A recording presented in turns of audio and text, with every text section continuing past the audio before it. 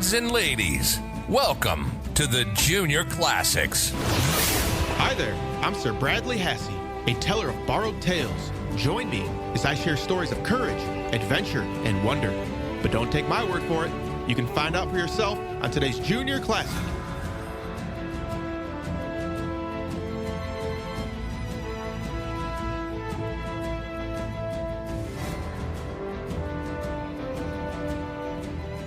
Merry Christmas, Junior Scholars. I am Sir Bradley Hasse, your guide through the Junior Classics. If this is the first time you are listening, thank you for being here. I also want to thank my loyal listeners who listen each and every week. The mission of this podcast is to preserve the wisdom in the classics before it is lost forever, and to inspire children and families with a love of good reading and a lasting interest in Western history, literature, and scholarship. This is a special edition of the Junior Classics, our very first full cast production, provided by the entire Hasse household who's in town for the holidays. From our family to yours, Merry Christmas and Happy New Year. On episode 5 of season 1, we are moving on to a new collection of stories from Hans Christian Andersen. H.C. Andersen was born in the Kingdom of Denmark in 1805. He lived to be 70 years old. He wrote many plays, poems, and stories. Some of his most famous fairy tales include The Emperor's New Clothes, The Little Mermaid, The Nightingale, The Snow Queen, The Ugly Duckling, and many more, such as today's story called The Fir Tree. Andersen promoted the tale by reading it aloud at social gatherings. In December 1845, he read The Fir Tree and The Ugly Duckling to the Princess of Prussia, and then read The Fir Tree at Count Bismarck Bohlen's Christmas party. According to Andersen's diary, folklorist Wilhelm Grimm, one of the Grimm's brothers whose stories we just finished, was present at the party and liked the tale. So let us begin our stories from H.C. Andersen.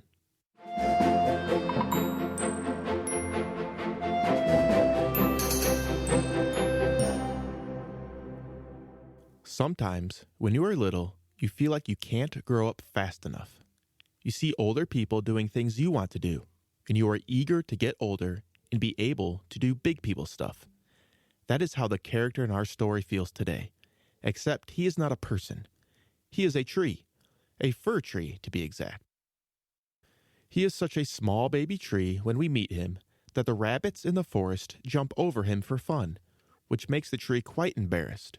He is eager to grow taller and move on from the place where he was born. When he finally does grow older, he finds out how unhappy he has become because he constantly looked for glory around the corner instead of being content in the moment. Before we move on to our story, Lost and Found Words. Our Lost and Found word today is vexed. Vexed means to be affected by trouble or causing trouble. Now, on to the story.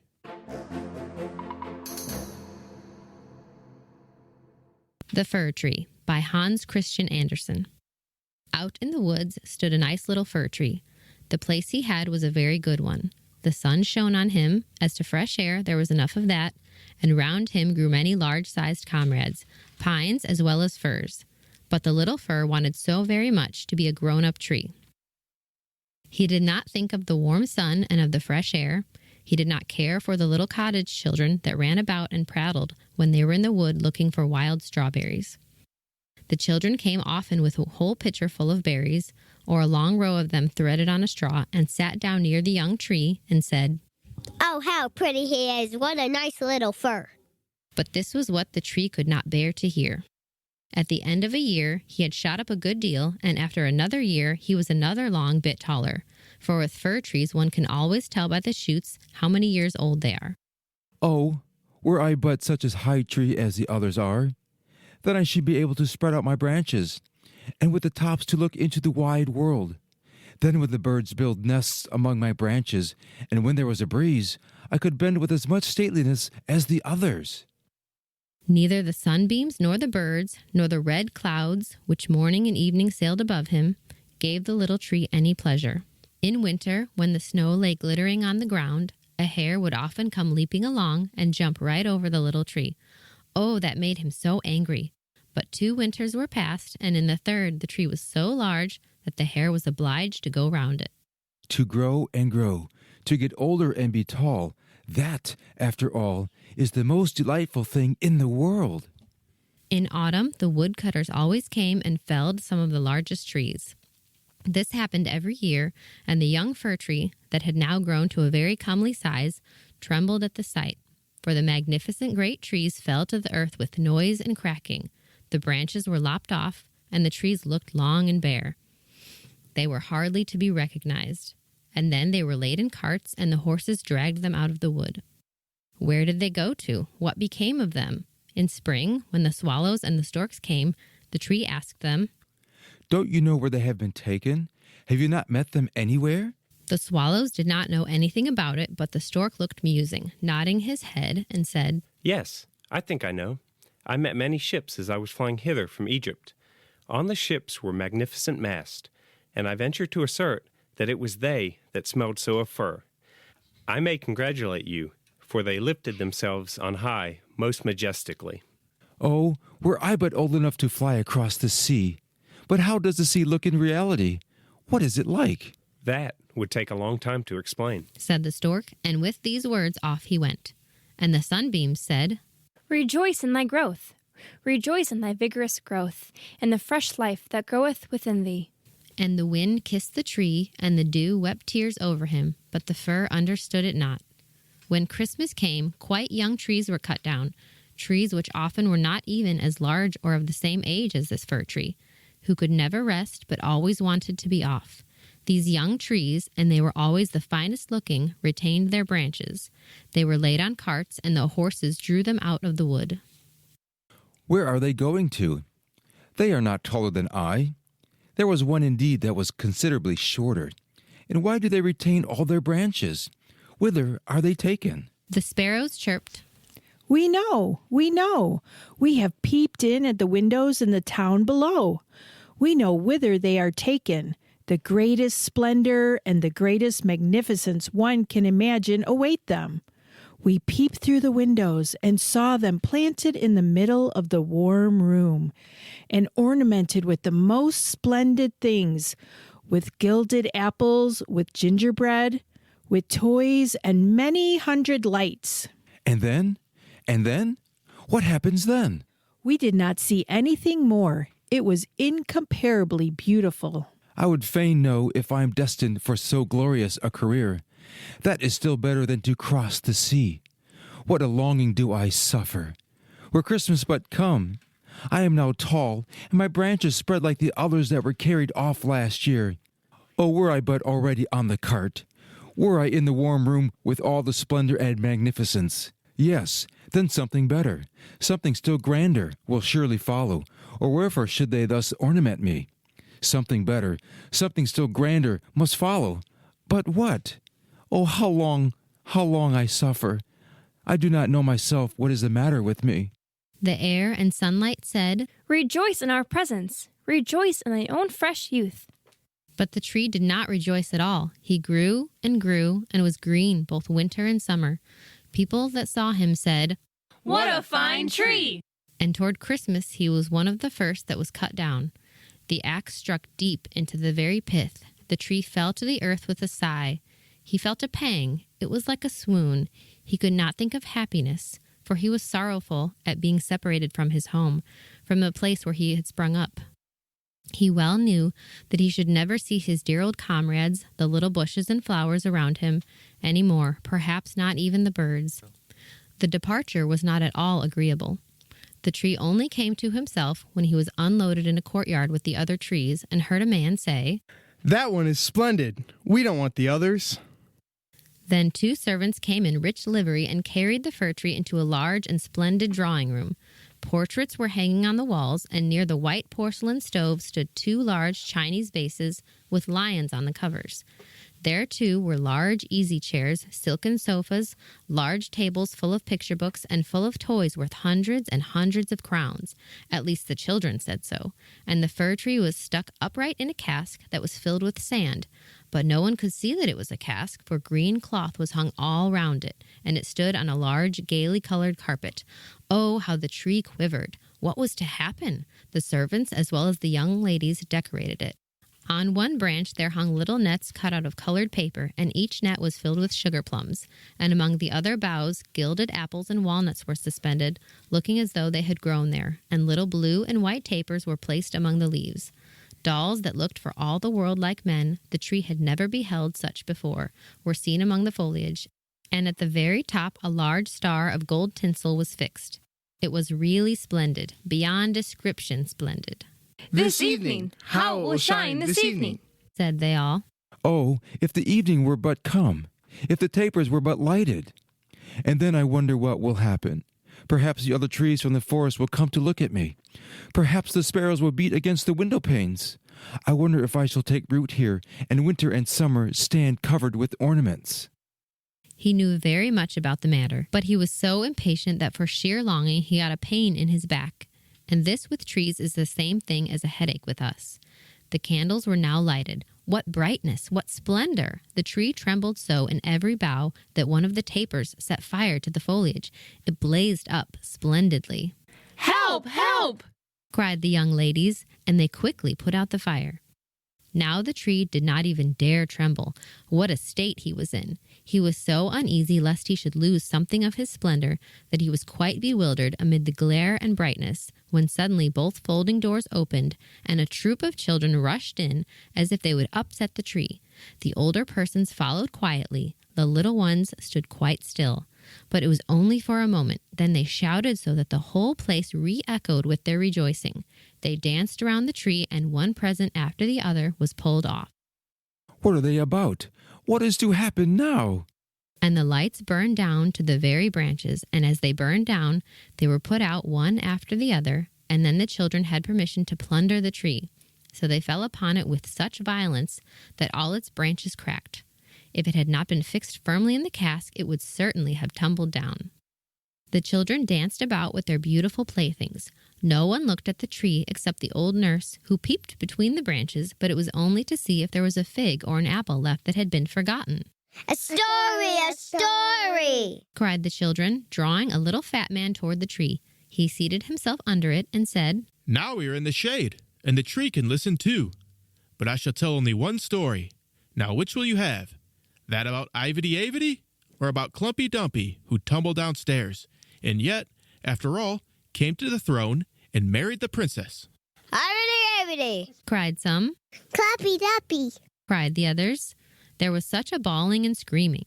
The fir tree alone was silent, and he thought to himself, Am I not to bawl with the rest? Am I to do nothing whatsoever? For he was one of the company, and had done what he had to do. And the man told about Clumpy Dumpy that tumbled down, who notwithstanding came to the throne, and at last married the princess. And the children clapped their hands and cried out, Oh, go on, do go on. They waited to hear about Ivedy-Avedy too, but the little man only told them about Clumpy Dumpy. The fir tree stood quite still and absorbed in thought. The birds in the wood had never related the like of this.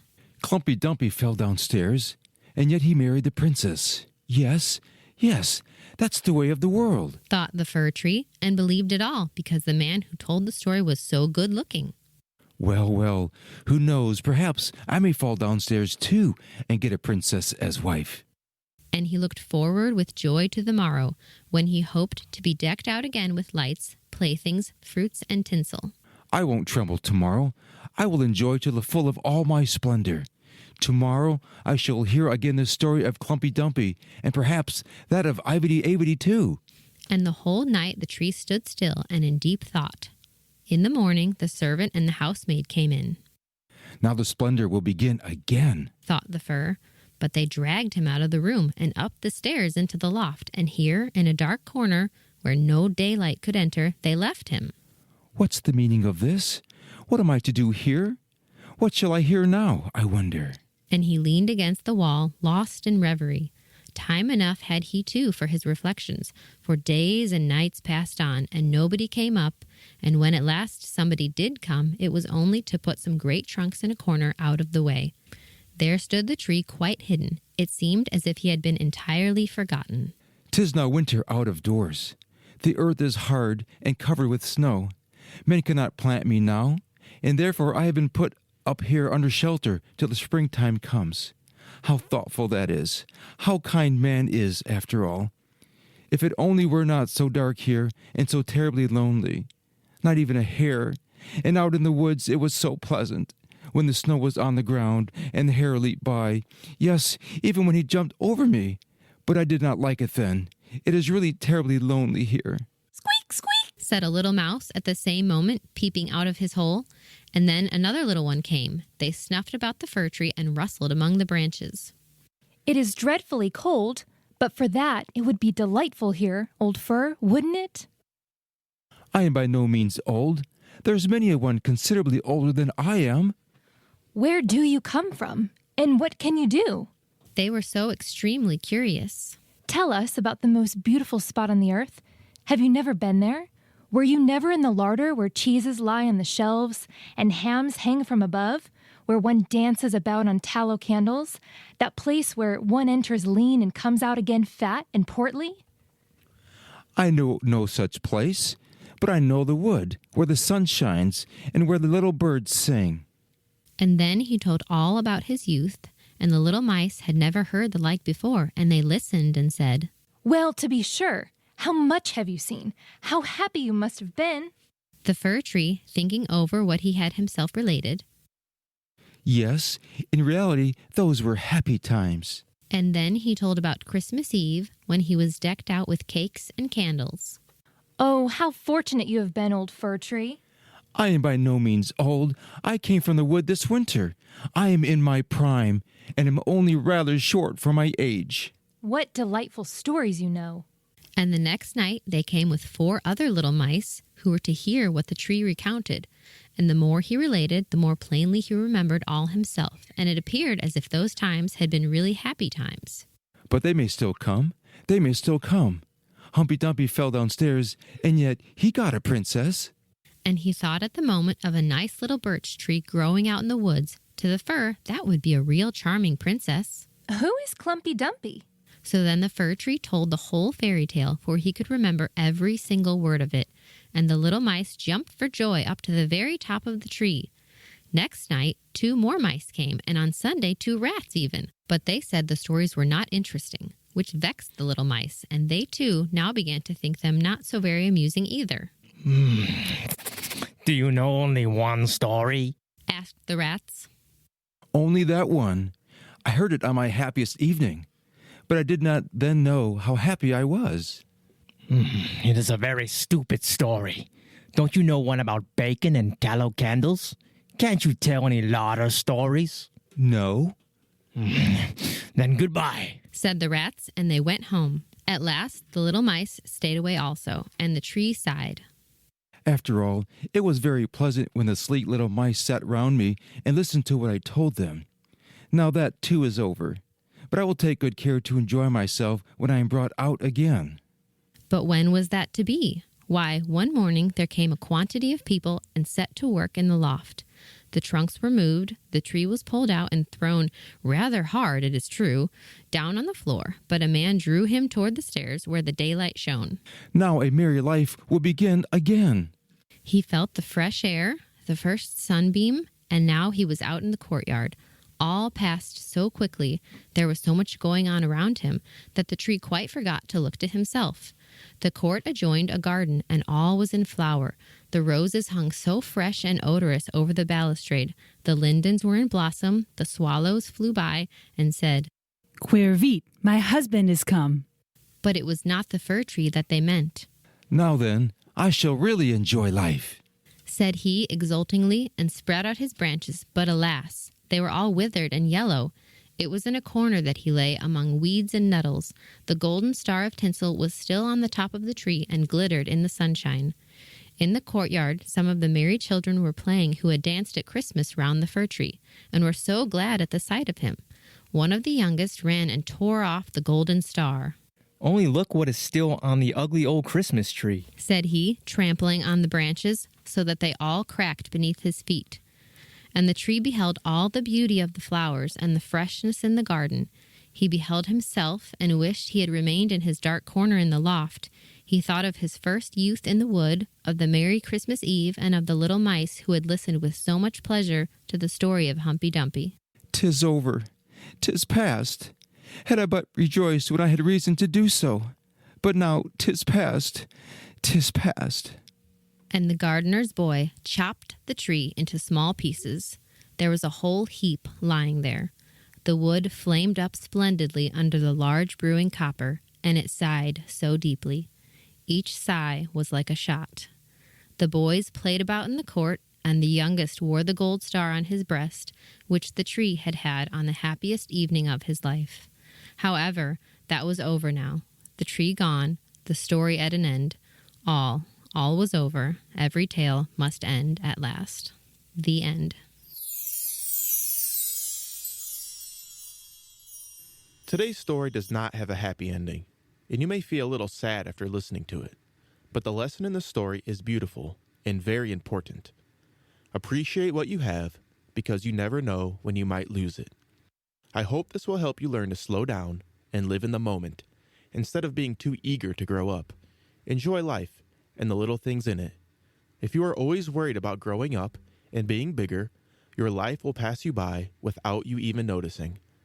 This is a vital lesson for parents too. I sometimes feel so busy or preoccupied with things that I don't stop to appreciate the moment with my young family. I'm going to use this as a reminder that having such young, innocent, and curious children will only be for a fleeting moment. I am Sir Bradley Hasse. Merry Christmas and Happy New Year. Be brave, be loyal, and speak the truth. Now for you parents out there, I want you to understand why we are doing this, what we are trying to achieve, and how you can help us. This is a rescue operation to preserve the classics and the wisdom within before it is lost forever. Our goal is to inspire children with a love of good reading by safeguarding and breathing new life into the greatest stories in history, and empower you, the parents, with a resource you can trust to enrich your child's mind and spirit. We don't want these stories and the wisdom within to be forgotten, so our children don't have to learn these lessons on their own. The most important thing you can do for us is to spread the message and tell others about these stories and what we are doing. If you want to donate, we would love that as well. My promise is that 100% of donations will go to building the impact and quality of the Junior Classics. If you have feedback and thoughts on how we can do things better, please send an email to thejuniorclassics@gmail.com. Thank you for listening.